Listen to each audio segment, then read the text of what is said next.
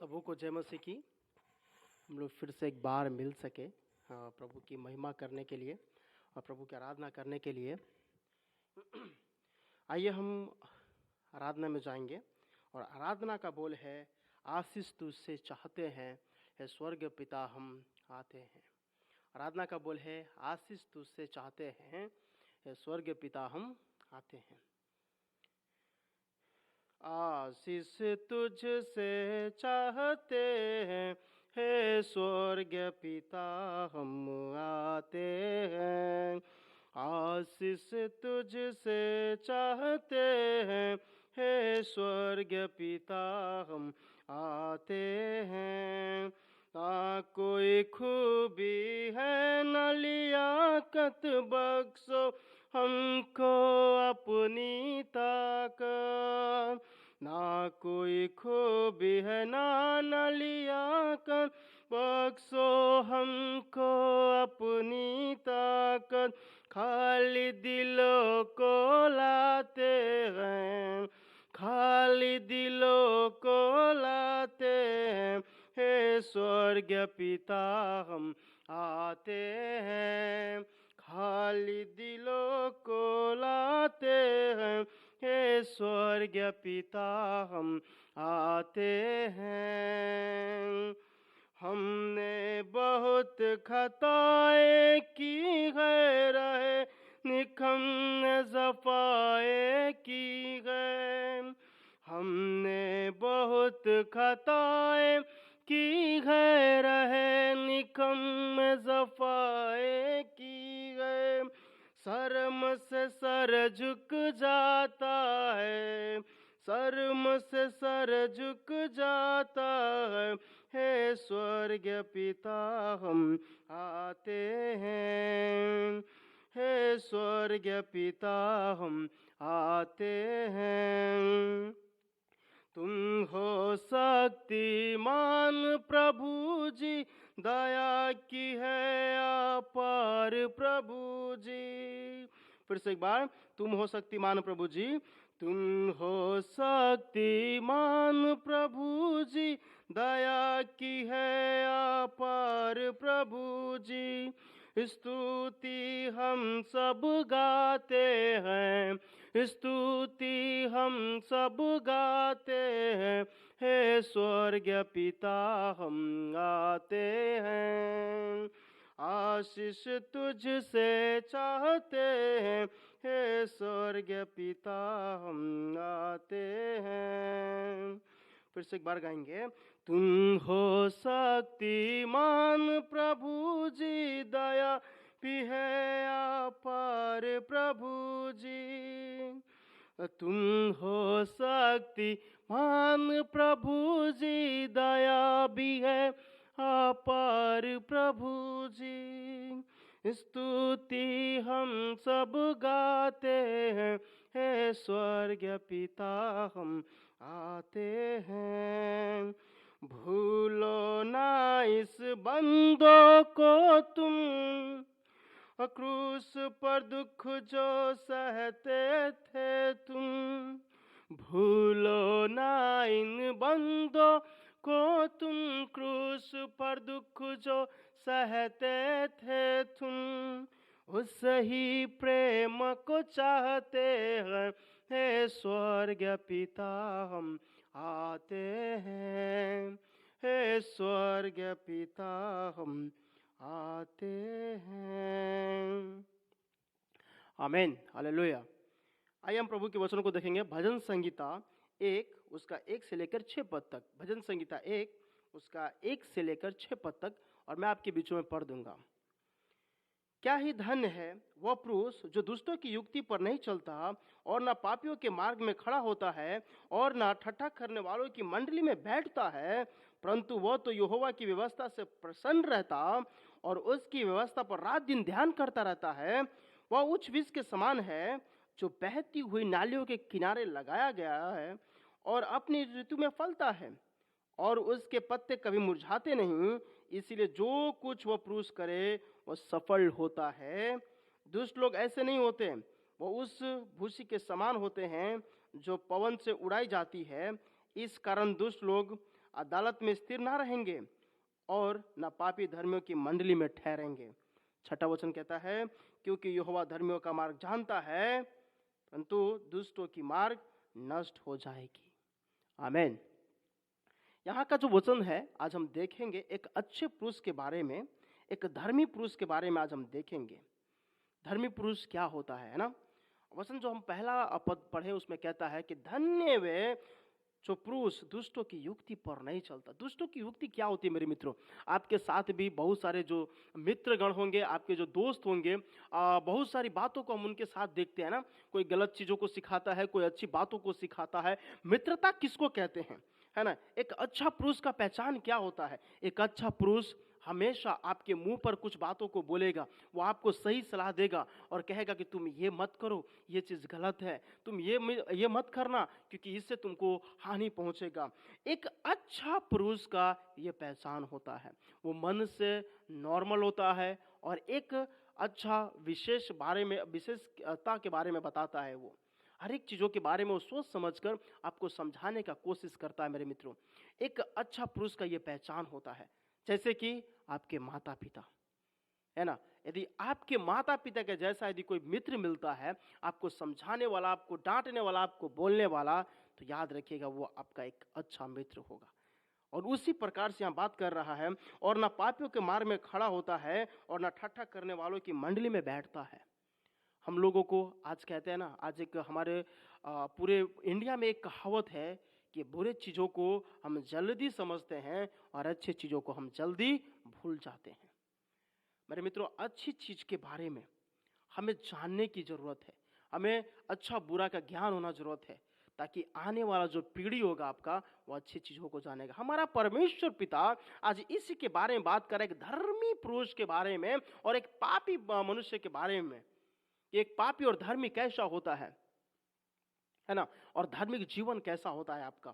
धार्मिक जीवन ये नहीं है कि हम किसी के साथ जाकर मारपीट करते हैं, हम किसी को उलाना देते हैं, हम किसी को ताड़ना देते हैं, हम किसी के बारे में गलत बातों को करते हैं, गलत विचारों को करते हैं। वो नहीं होता है। धार्मिक पुरुष वो होता है जो हर एक को सही राह, हर एक को सही मार्ग दिखाता है।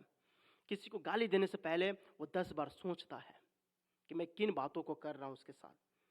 कहता है कि परंतु वो तो यहोवा की व्यवस्था से प्रसन्न रहता है और उसकी व्यवस्था पर रात दिन ध्यान करता रहता है। एक धर्मी पुरुष का पहचान है मेरे मित्रों, सही बातों को करना, सही चीजों को लेकर चलना। मैं अपने जीवन में, जब मैं 2000 करीब 9-10 की बात है, मैं उस समय एकदम बुरा व्यक्ति था। मैं अपने जीवन में बहुत ही गलत कामों को करना, किसी को गाली देना, किसी के साथ लड़ाई झगड़ा करना, किसी को भी मार देना, किसी को भी गाली देकर चले जाना, किसी के साथ गलत बातों को करना, मुझे इन सब चीज़ों में अच्छा लगता था। लेकिन जब मेरे जीवन में बाइबिल का आना हुआ, परमेश्वर का आना हुआ, मैं जब बाइबिल को निरंतर पढ़ने लगा, मैं परमेश्वर के बारे में जानने लगा, तो मुझे एहसास हुआ कि धर्मी पुरुष और पापी मनुष्य क्या है, हम किसके साथ क्या कर रहे हैं। आज हम यदि किसी के साथ गलत कर रहे हैं तो हमारे जीवन में भी गलत हो सकता है मेरे मित्रों। वचन कहता है कि वो रात दिन परमेश्वर की व्यवस्था पे ध्यान करते रहता है। आज जो मैं वचन दे रहा हूँ, काफ़ी लोग इस वचन के बारे में सुन रहे हैं, काफ़ी लोग इस चीज़ों के बारे में चर्चा कर रहे हैं, लेकिन क्या आप जानते हैं कि आपका जीवन कैसा है? आप अपने आप को आज देखिए, आप कुछ सेकंड के लिए अपनी आंखों को बंद कीजिए, सोचिए कि मैं कैसा इंसान हूँ। क्या मैं एक धर्मी हूँ, क्या मैं एक पापी हूँ? लेकिन परमेश्वर क्या कहता है कि पापियों के लिए वो आया, पापियों से प्रेम किया ताकि वो धर्मी ठहरे जाए। मेरे मित्रों, वो सचमुच हमें चाहता है कि हम धर्मी मनुष्य बने, हम लोगों के साथ सही व्यवहार करें, हम सब लोगों के साथ हम प्रेम का संदेश दें। मेरे मित्रों, यहाँ कहता है वह उस वृक्ष के समान है जो बहती नालियों के किनारे लगाया गया है, वो अपने ऋतु में फलता है और जिसके पत्ते कभी मुरझाते नहीं, इसलिए जो कुछ वो पुरुष करे वह सफल होता है। आप कभी देखे होंगे नदी के किनारे जो पेड़ लगा होता है, जो वृक्ष लगा होता है, वो एकदम हरा भरा रहता है, वो हमेशा अपने मौसम के अनुसार वो अच्छा फल देगा। हम लोग बहुत साल पहले, हमारा नहर हुआ करता है हमारे घर के बगल में, और वहाँ पर सिलफड़ का पेड़, बहुत सारे प्रकार के पेड़ लगते हैं, और क्या है, हम लोग जब भी जाते थे तो सिल्फर तोड़ने के लिए जाते थे। कभी पानी में गिर जाता था तो कोई एक जन जाता था, छान कर लेकर आता था और कहते थे कि जो लेकर आएगा छान कर हम लोग उसमें से आधा खाएंगे करके। कोई तोड़ने वाला होता था तो कोई लेकर आने वाला होता था मेरे मित्रों। और हम लोग ऐसे करके हम मैं और मेरे मित्र लोग हम लोग जाते थे सिल्फर खाने के लिए। सिल्फर एक बेल होता है और उसी को हम लोग खाने के लिए जाते थे। लेकिन क्या है, हमने कभी उसके ऊपर गौर नहीं किया। लेकिन जब एक बार जब मैं इस वचन को पढ़ रहा था तो मुझे ध्यान आया कि सचमुच जो वृक्ष होता है जो नदी के किनारे लगाया गया जाता है वो सचमुच अच्छे ऋतु में फलता है और फल काफी ज्यादा लेकर आता है। तो हम कौन सा वृक्ष है? हम क्या अच्छे के वृक्ष हैं? क्या हम बुरे के वृक्ष हैं? क्या हम सही जगह पे रोपे गए हैं कि हम किसी के साथ कैसे रह रहे, लालच बुराई और भलाई हमारे जीवन में है या नहीं है करके? हम अच्छा कर रहे हैं कि बुरा कर रहे हैं? हम किसी को मारने के लिए दौड़े जा रहे हैं? क्या हम सोचते हैं कि उसके ऊपर क्या बीतता होगा? क्या उसके फैमिली के ऊपर, क्या उसके परिवार के ऊपर क्या बीतता होगा? हम कौन सा मनुष्य हैं? हम कैसा मनुष्य हैं? मैंने काफी लोगों को देखा हुआ है कि बड़े बड़े लोगों को बड़े लोग डांटते हैं, कभी ये नहीं सोचते हैं कि उसके परिवार में उसका बच्चा भी है, वो किसी का पिता है। हमें क्या करना है? किसी से प्रेम करना है। हम ऐसा वृक्ष बनना है जो हमेशा एक अच्छाई का फल लेकर आने पाए अपने जीवन में, एक बुराई का नहीं, गलत कामों का नहीं। हम एक अच्छा वृक्ष लेकर आने पाए अपने जीवन में, एक अच्छी आदतें हमारे जीवन में रोपी जानी चाहिए। हम वो पेड़ बनने पाए जो नाली के किनारे लगाए तो जाती है, वो हमेशा फल लेकर आती है। हम वो फलवंत बीज बने मेरे मित्रों, हम वो परमेश्वर का बीज बने जो हम अच्छी चीजों को लेकर आए। और कहता है वचन यहाँ पर, जब हम देखेंगे 5 पद, कहता है कि दुष्ट लोग ऐसा नहीं होते हैं, वो उस भूसी के समान होते हैं जो पवन से उड़ाई जाती है। इस कारण दुष्ट लोग अदालत में स्थिर ना रह सकेंगे और ना पापी धर्मियों की मंडली में ठहरेंगे। सचमुच जो पापी होगा ना, जो गलत बातों को करता है, आप देखिएगा जहाँ अच्छी बात हो रही है ना, उसको वो चीज़ चुभती है, उसको बुरा लगता है, वहाँ से निकल जाना पसंद करता है, वहाँ से भागना पसंद करता है, वहाँ पर बुराई बातों को करना शुरू करेगा, वहाँ पे झगड़ा करना शुरू करेगा, लड़ाई करना शुरू करेगा। क्या हम में से, क्या आप में से कोई ऐसा है जो लड़ाई झगड़ा करना चाहता है जहाँ पे अच्छी बात होती है? मेरे मित्रों, आज के वचन को सुनकर आप लड़ाई झगड़ा करना, आप गलत बातों को करना आप भूल जाइए। आप सचमुच एक अच्छा व्यक्ति बनिए, आप एक सचमुच परमेश्वर का दास बनिए, क्योंकि परमेश्वर चाहता है कि आप अच्छे व्यक्ति बने, परमेश्वर के वचनों को धारण करें, प्रभु के वचनों के साथ साथ चलें। आप लड़ना बंद करें। आप मसीही लोगों को देखिएगा, जो सच्चे मसीही होंगे वो कभी लड़ना पसंद नहीं करते होंगे। कहते हैं ना कि तू मुझे आकर मार करके, बहुत सारे लोग कहते हैं कि आज तुझे मैं मारता हूँ, मैं मसीही लोग क्या तो अपना दूसरा गाली फेर देते हैं। मेरे मित्रों, ये नहीं है। मसीही लोग झगड़ा लड़ाई से दूर रहते हैं। वो उस वृक्ष के समान है जो नाली के किनारे लगाया गया है और हमेशा अपना फल लेकर आता है। वो लड़ाई झगड़ा से दूर रहना पसंद करता है। तो हमें भी वो ऐसा लोग बनना है।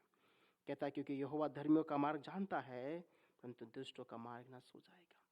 हमें सचमुच एक धर्मी व्यक्ति बनना है।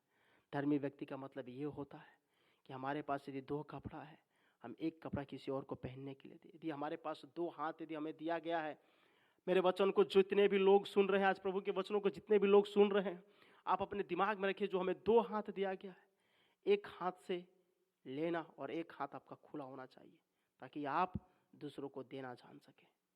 यदि आप किसी से लेना जानते हैं तो आपको देने वाला बनना है। जैसे कि मैंने पिछले वचन में आपको बताया था, पिछले बार, आप धर्मी व्यक्ति बने, आप किसी के साथ प्रेम करना बने। यदि कोई आपको प्रेम करता है तो आप प्रेम करना सीखें, आप दया दिखाना सीखें और प्रभु आपको आशीष करेगा। आइए हम लोग प्रार्थना में जाएंगे, सभी के सभी कहेंगे प्रभु से कि प्रभु हमें एक धर्मी व्यक्ति बना, प्रभु हमें एक सचमुच धर्मी व्यक्ति बना। प्रभु जी, हम धर्मी व्यक्ति बनना चाहते हैं। आइए मेरे मित्रों, हम प्रार्थना में जाएंगे। Hallelujah, hallelujah. धन्यवाद करना चाहते हैं परमेश्वर पिता। प्रभु, हम प्रभु तेरे सन्मुख आते होते हैं, धन्यवाद करते हैं कि तूने प्रभु हमें आशीष किया और प्रभु हमें संभाला है। पिता परमेश्वर, हमें आशीष से भर प्रभु जी। हम प्रार्थना करते हैं हमारे जितने भी विश्वासी लोग हैं प्रभु जी, तेरे आशीष तेरे दया में भर जाने पाए। पिता परमेश्वर, एक हम धर्मी व्यक्ति बनने वाला हो सके प्रभु जी। हम प्रार्थना करते जितने भी लोग हैं प्रभु जी, वो सभी के सभी प्रभु वो उस वृक्ष के समान बने प्रभु जी, जो बहती हुई नालियों के किनारे लगाएगा और हमेशा फल लेकर आता प्रभु जी। प्रभु सभी को आशीष करना, इस सुबह की प्रार्थना को हम तेरे हाथों में सौंपते हैं। कंटिन्यू हमें आशीष से भरना पिता परमेश्वर। प्रभु हम प्रार्थना करते हैं कि सभी की सहायता, सभी की तू मदद करना पिता परमेश्वर। प्रभु हम सारे बिनतियों को तेरे हाथों में सौंपते हैं। प्रत्येक परिवार को प्रभु अपने छत्र छाया में लेना प्रभु जी हम प्रार्थना करते हैं। यीशु नासरी तूने हमारी बिनतियों को सुना है और हाँ और आमीन तूने उत्तर दिया, इसके तरफ धन्यवाद करते हैं। सारे बिनतियों के लिए यीशु के नाम से सुनो से कबूल कर, आमीन। हे हमारे पिता, तू जो स्वर्ग में है, तेरा नाम पवित्र माना जाए, तेरा राज आए, तेरी इच्छा जो स्वर्ग में पूरी होती है वैसे इस पृथ्वी पर भी हो। हमारे दिन भर की रोटी आज हमें दे, और जिस प्रकार हमने अपने अपराधियों को क्षमा किया है वैसे तो हमारे अपराधों को क्षमा कर। हमें परीक्षा में ना ला, परंतु बुराई से बचा, क्योंकि राज और पराक्रम और महिमा सदा तेरी है, आमीन।